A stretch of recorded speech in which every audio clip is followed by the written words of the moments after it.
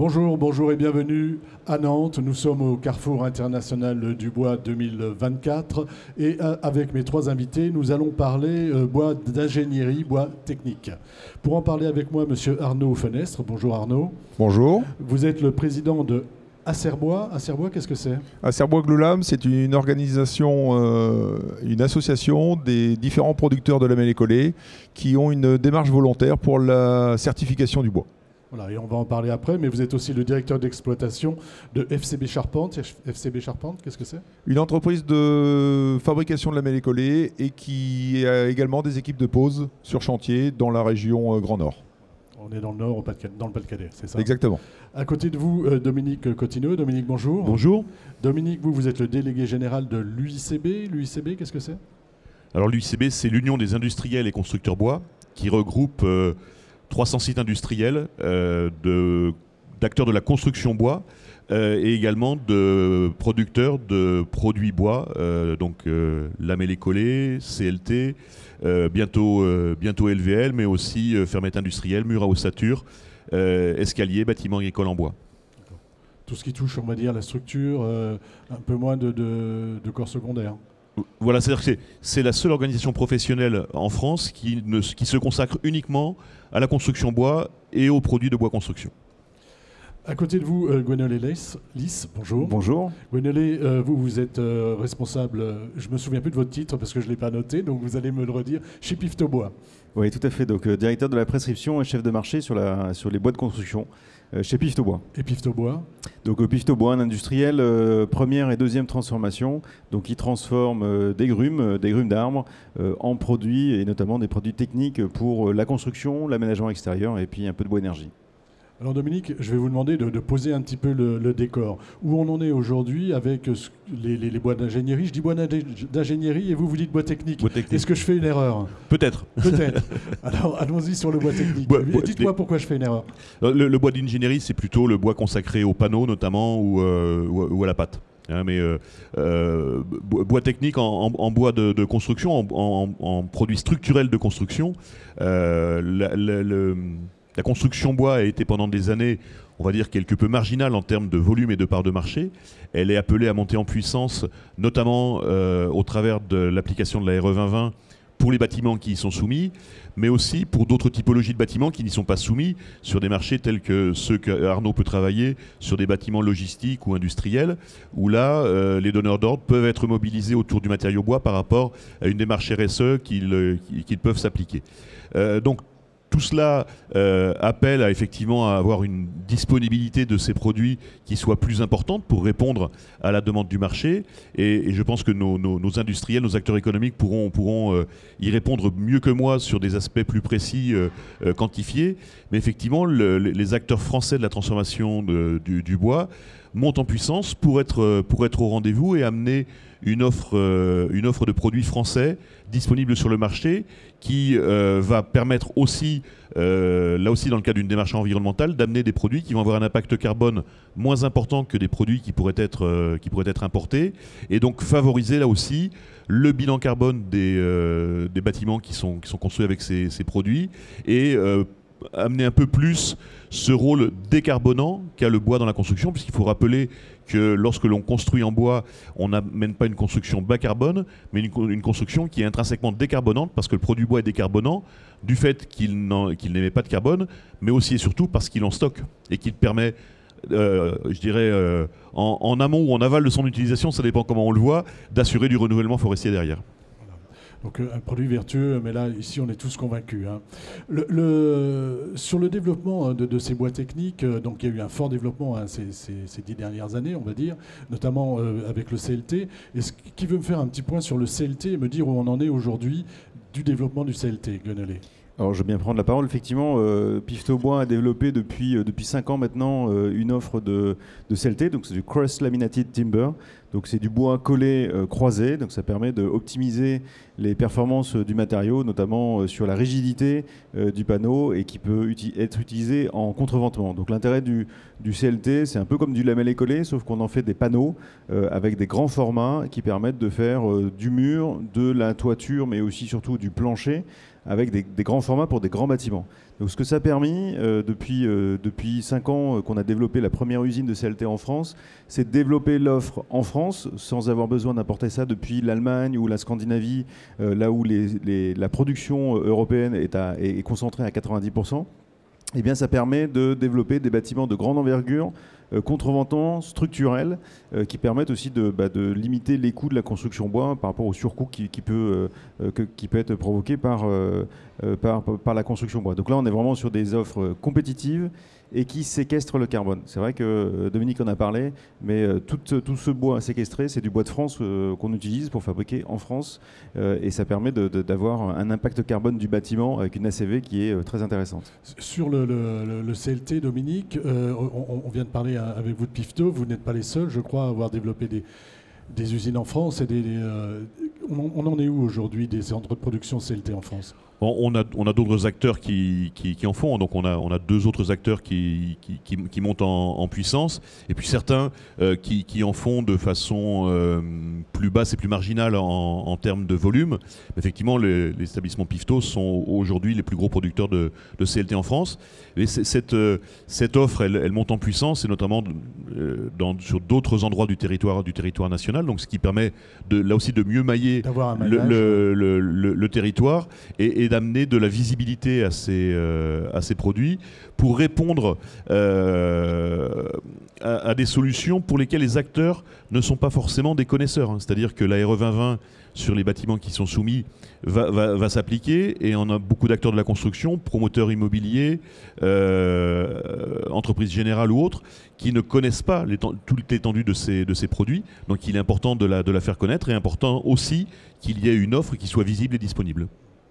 Sur le CLT, on a associé cette émission, CLT, LVL et la mêlée, à bois français. Vous, votre offre, elle est 100% bois français ?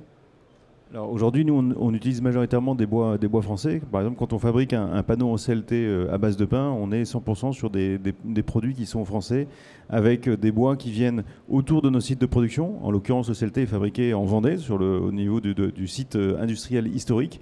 Et donc, on a un rayon d'achat de bois dans les forêts autour de 250 km autour du site de production. Donc, ça couvre à peu près tout le grand ouest de la France, là. Et on produit des produits fabriqués à base de bois français certifié PEFC.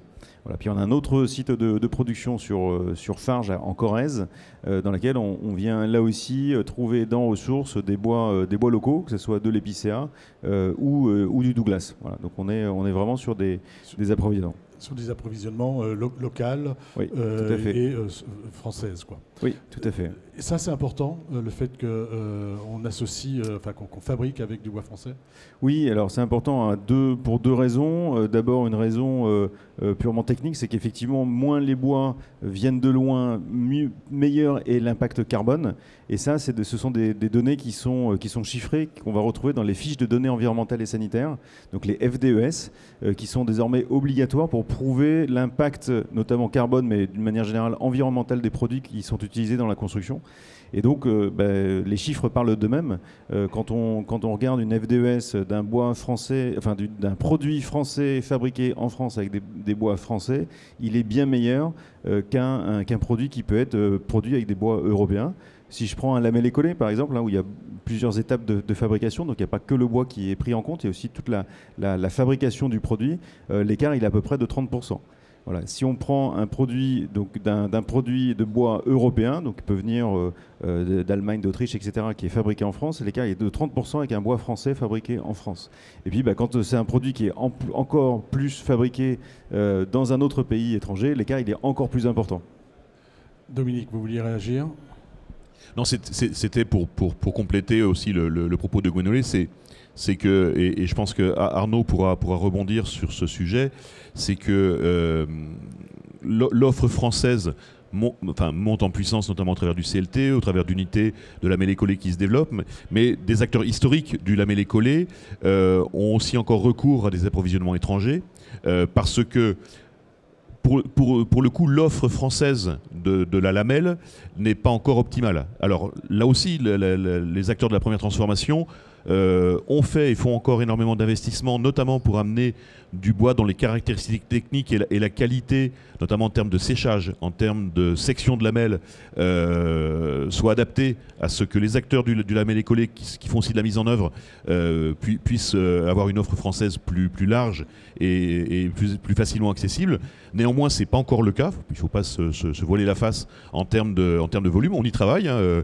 L'UICB, la FNB travaille pour justement avoir des cahiers des charges qui soient communs pour augmenter l'offre du produit initial fabriqué du lamellé collé sur le territoire national. Mais la production de lamellé collé national, elle est aussi, bien entendu, au rendez-vous. On a un ratio. Arnaud ? Après, ça dépend du choix des essences. Si on est sur le Douglas, on va être 100% français.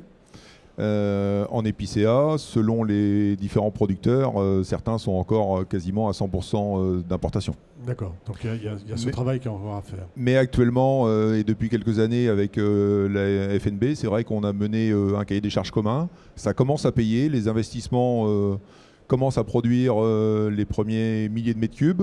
Et je pense que d'ici quelques mois, on aura plus d'offres de lamellé français. À partir d'épicéa, donc pour concurrencer directement l'épicéa européen qu'on rencontrait sur les différents marchés. Racontez-moi un petit peu comment ça se passe chez FCB Charpente. Vous travaillez avec quel type de bois? Est-ce que vous travaillez avec du bois 100% français? On travaille avec 3 types d'essence. Donc on a vraiment 3 configurations différentes. L'épicéa qui classiquement était en bois d'importation, qui aujourd'hui est en train de basculer sur du bois français. Donc aujourd'hui on a, selon les chantiers, soit du bois importé, soit du bois français. Mais chaque chantier est bien ciblé. Donc si c'est un chantier avec du bois français, c'est 100% bois français et certifié. On travaille également du peuplier dans le cadre d'une démarche locale avec la région des Hauts-de-France. Donc là, on est sur des approvisionnements qui au maximum font 120 km entre l'agrume, les sieurs locaux avec lesquels on s'est associé et notre atelier de fabrication. Et on travaille également sur du chêne, mais sur des produits beaucoup plus techniques, quelques poteaux, des ouvrages qui nécessitent des reprises de charge importantes. Et là, c'est également des produits qui font maximum 200 km. Donc on est sur des produits régionaux. Produits très régionaux. Très régionaux. Alors là, je vais vous demander de changer de casquette et de prendre votre casquette à Serbois. Vous avez mis en place c'est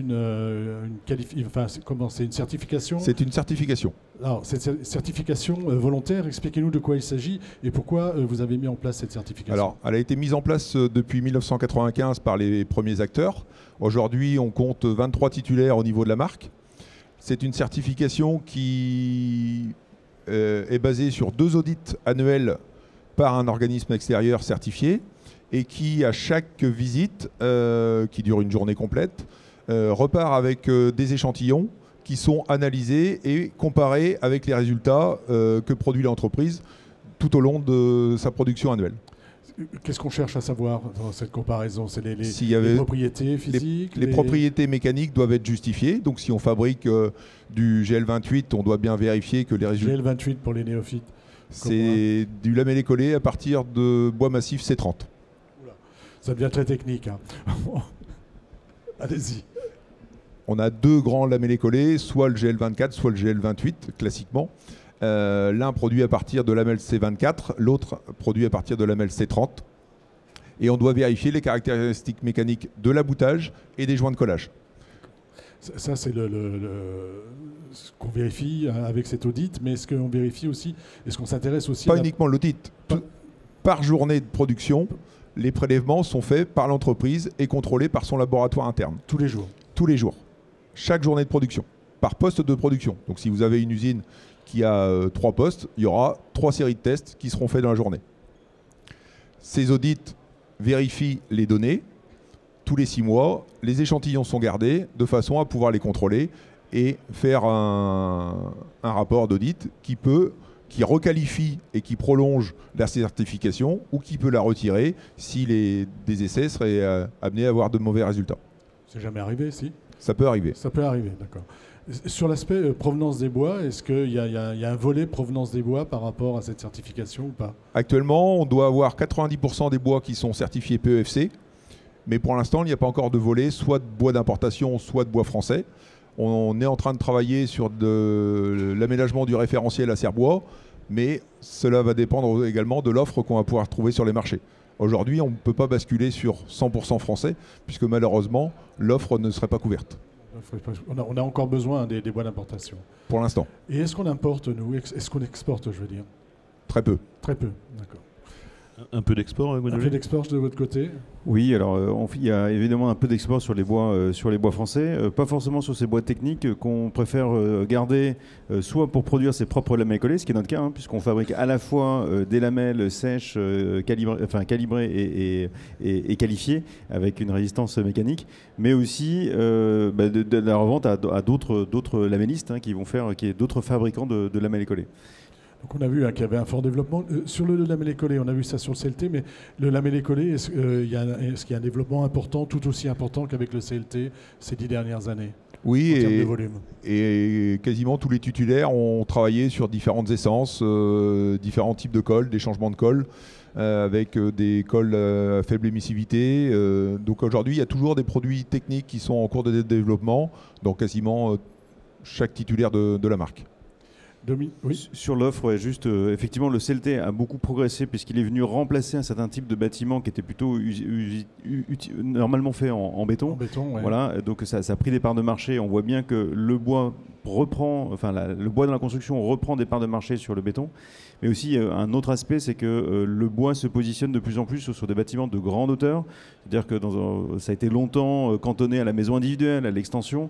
Et de plus en plus, on voit que le marché progresse fortement, avec une prise de marché forte sur le logement collectif, les bureaux, des bâtiments tertiaires, de l'enseignement, des hôpitaux. Là, par exemple, on est en train de faire le CHU de Rennes avec du CLT. Donc on voit bien que tous ces types de bâtiments nécessitent d'avoir des bois techniques avec justement des portées qui sont plus longues, avec des résistances mécaniques qui sont plus imposantes et qui nécessitent donc des bois qui sont plus techniques. Il ne faut pas oublier que tous ces bois, qu'on les appelle techniques ou d'ingénierie, ça vise à quoi? Ça vise à prendre une matière naturelle qui est hétérogène en soi, dans un arbre. Il peut y avoir des singularités qui fragilisent la matière, à purger les défauts, les recoller entre eux de manière à faire un matériau homogène. Voilà, et c'est tout l'enjeu de la fabrication des produits lamellés collés, avec tous les marquages CE, toutes les certifications qu'on peut avoir, et tous les investissements qu'on peut faire dans les usines pour essayer de faire un produit le plus homogène possible et le plus fiable possible dans le temps. Produit homogène, constant en qualité. Et puis aussi avec un véritable savoir-faire français, hein, c'est-à-dire qu'on a historiquement des acteurs sur le lamellé collé qui savent faire les choses. Un exemple d'actualité qui sera sous le feu des projecteurs dans quelques semaines, le centre aquatique olympique à Saint-Denis, charpente en lamellé collé avec des portées de 90 mètres. C'est quand même quelque chose d'exceptionnel. J'ai eu la chance de le visiter, je peux vous dire que c'est impressionnant. C'est impressionnant. Et là, c'est véritablement, au-delà de l'offre française sur ces typologies de bâtiments, c'est le savoir-faire français qui est mis à l'honneur. Voilà, qui est mis à l'honneur et qu'on verra bientôt sur toutes les chaînes nationales et internationales. Il y a un autre bois technique, c'est le LVL. Il n'y en avait pas jusque-là en France. On va bientôt avoir une usine. Expliquez-nous. De quoi il s'agit et où sera cette usine et pour quel type d'application? Le bois LVL, qui est aussi du bois collé issu du déroulage, est un produit complémentaire à ce que peut amener dans certains cas le CLT ou le lamellé collé. Donc c'est des produits qui viennent en complémentarité les uns des autres, un produit qui peut répondre à une problématique là où d'autres produits bois ne sauraient pas le faire ou moins habilement. Donc c'est amener là aussi de l'habileté dans le recours au bois dans la construction. Et effectivement, jusqu'alors, le LVL utilisé en France vient de l'importation et le groupe Thébault, qui est historiquement un acteur du contreplaqué, est actuellement en train de construire un site pour produire du LVL à partir de début 2025. Donc ça aussi, ça montre l'investissement des acteurs français de la filière bois construction à se structurer et à mener une offre qui soit cohérente et pour répondre aux enjeux. Donc ça, c'est un beau challenge que relève le groupe Thébault et qui fait là aussi une nouvelle fois honneur à la filière française. Voilà, parce qu'à un moment donné, il faut quand même faire rencontrer l'offre et la demande. Aujourd'hui, on y est sur cette rencontre de la demande, de l'offre, qui de la poule et l'œuf?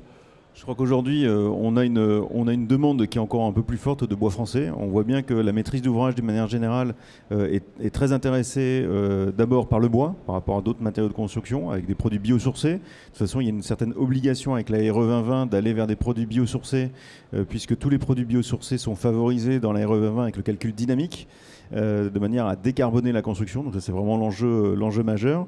Et puis, du coup, pour décarboner, non seulement on peut choisir la typologie de produits en choisissant des matériaux biosourcés, mais aussi choisir des produits fabriqués en local avec des FDS performantes. Et donc, c'est pour ça qu'aujourd'hui, il y a une forte demande sur les matériaux biosourcés et dont le bois français. Donc aujourd'hui, il y a encore un déséquilibre.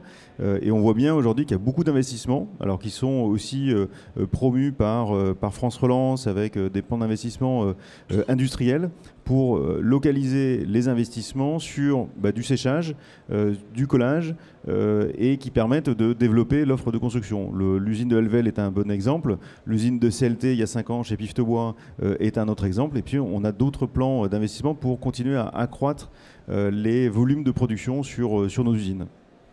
Sur la mêlée-collée, on a les FDES aussi. Comment ça se passe? Vous avez des FDES collectives ou est-ce que vous faites vos propres FDES? On fait nos propres FDES. On a un outil qui permet de le faire et justement vraiment d'améliorer le taux du transport en fonction de nos approvisionnements. Donc des produits parfaitement adaptés à la RE 2020 et éventuellement aussi aux opérations de rénovation.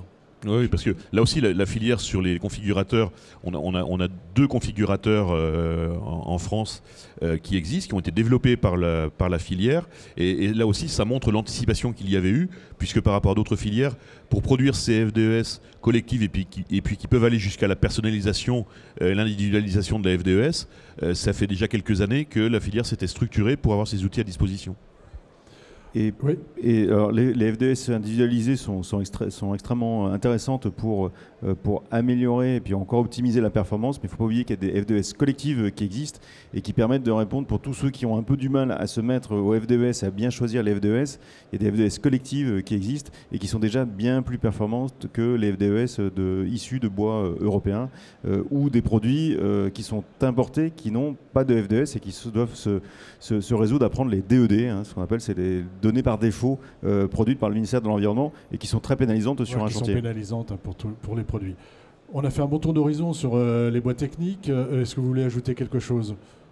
Non, sur la mêlée-collée. Alors, je voudrais qu'on voit avec vous, Dominique, avant de terminer. On parle souvent, enfin vous parlez, d'injonctions contradictoires par rapport à la construction bois. Est-ce que vous pouvez nous dire quelles sont ces injonctions contradictoires et comment vous travaillez essayer de résoudre ces problèmes? Il y en a 2, hein. Il y en a plusieurs. Au moins, il y en a plusieurs, mais on va en parler de 2. Au moins. On va parler d'incendie pour l'instant. Alors en fait, d'une manière générale, on voit bien qu'il y a une volonté de la part des pouvoirs publics et des gouvernements qui se sont succédés à avoir une démarche qui soit véritablement environnementale, au travers de la stratégie nationale bas carbone, la stratégie française énergie-climat, le plan pluriannuel pour l'énergie, le plan national d'adaptation au changement climatique. Donc tout ça qui amène des outils tels que la RE 2020 qui vont pousser du bois dans la construction. On a aussi, Gwenaël l'évoquait, au travers de différents plans de financement pour des appels à projets, France Relance, France 2030, France Nation Verte aujourd'hui. On avait dans les murs du Carrefour hier le ministre de l'Agriculture qui porte une enveloppe conséquente pour développer la filière bois et notamment la partie aval avec des appels à projets qui sont dotés de façon correcte pour développer nos outils de production. Et puis à côté de cela, effectivement, on a ça qui pousse dans le bon sens et on a des injonctions contradictoires. Alors on a 2, 3, 4... 2 maximum. Je vous en donnerai deux petites. 2 plus 2. La première, elle est actuelle, c'est la crise que traverse le monde de la construction sur la partie résidentielle, donc maisons individuelles et logements collectifs. Et là, pour autant, le gouvernement ne fait rien pour redynamiser ce marché d'une façon ou d'une autre et le laisse malheureusement un peu en berne. J'ai entendu un Premier ministre qui disait qu'on allait les chercher avec les dents. les Oui, logements. mais peut-être qu'il faut qu'il passe chez le dentiste avant. On va voir. Non, mais là, on a une véritable crise et effectivement, on n'a pas trop de réponses. On a fait, et comme d'autres organisations du monde de la construction au sens large, des propositions et ça reste un petit peu lettre morte. Donc là, on a une première forme d'injonction contradictoire. On en a une deuxième, vous l'évoquiez, c'est la réglementation incendie. Je pense que ça fait plusieurs éditions de plusieurs plateaux de Bâti-Journal sur différents événements. Dans la même interrogation, en fait. C'est cela. Alors, les choses avancent. On n'a pas encore de visibilité sur le calendrier ni sur les contenus. Et là, on a quand même un risque d'avoir cette injonction contradictoire qui consisterait à avoir une défiance à l'endroit du matériau bois et à amener des éléments d'obligation qui pénaliserait le côté carbone de l'opération, parce qu'on rajouterait des systèmes de protection, des écrans ou autres, qui viendraient rajouter de la valeur carbone et qui annule en fait qui annule une partie de l'atout du bois. On a un sujet très important qui est aussi le bois apparent, parce que ça contribue à l'attractivité du matériau bois, et on le sait dans toutes les typologies de bâtiments, parce que les occupants de ces bâtiments saluent tous la qualité vertueuse de vivre ou de travailler dans un environnement bois. Donc ça c'est un véritable important. sujet. Là, vous avez 20 secondes pour me dire le reste. 20 secondes. Une deuxième qui est la REP, la responsabilité élargie du producteur sur les produits et matériaux de construction. Le bois subit une inéquité de traitement économique par rapport à d'autres matériaux, malgré son côté vertueux. Et là, on a une véritable distorsion de concurrence. Et quand on parle de lamellé-collé ou de CLT par rapport au volume de bois qui est mobilisé, eh bien d'autres matériaux, notamment le métal, ce sont des coûts qui vont de 1 à 10 sur la partie du montant de l'éco-contribution. Donc ça peut faire basculer un maître d'ouvrage, parce que lorsque l'on parle de bâtiments de grande dimension, imaginez si ce bâtiment avait eu la chance d'être en lamellé-collé, il aurait été déjà beaucoup plus majestueux. Pour autant, le volet du montant de l'éco-contribution aurait été quelque chose de significatif par rapport à sa structure métal. Voilà, et ça, j'imagine que vous travaillez évidemment à faire diminuer cette éco-contribution. À ce qu'il y ait des rééquilibrages qui soient faits. Et donc là aussi, en lien avec la FNB, qui sont les premiers concernés, puisque là aussi, le sujet de l'avis aux producteurs fait que les acteurs de la FNB sont les plus majoritairement concernés. On travaille collectivement à ce qu'il y ait des ajustements qui puissent être opérés. On en reparlera. Voilà. Je vous invite sur le plateau de Batimat et on en reparlera à ce moment-là. Tout à fait, avec plaisir. Merci messieurs d'être venus sur le plateau de Bâti-Journal, donc nous parler des bois techniques et de l'intérêt de les fabriquer avec des bois français. Une émission, un temps d'échange à retrouver sur notre site internet Bâti-Journal de TV et sur les sites de nos partenaires que sont le Cotifab et la FNB, ainsi que les sites partenaires presse, Woodsurfer, excusez-moi, et l'Atelier Bois. Merci à vous. Merci.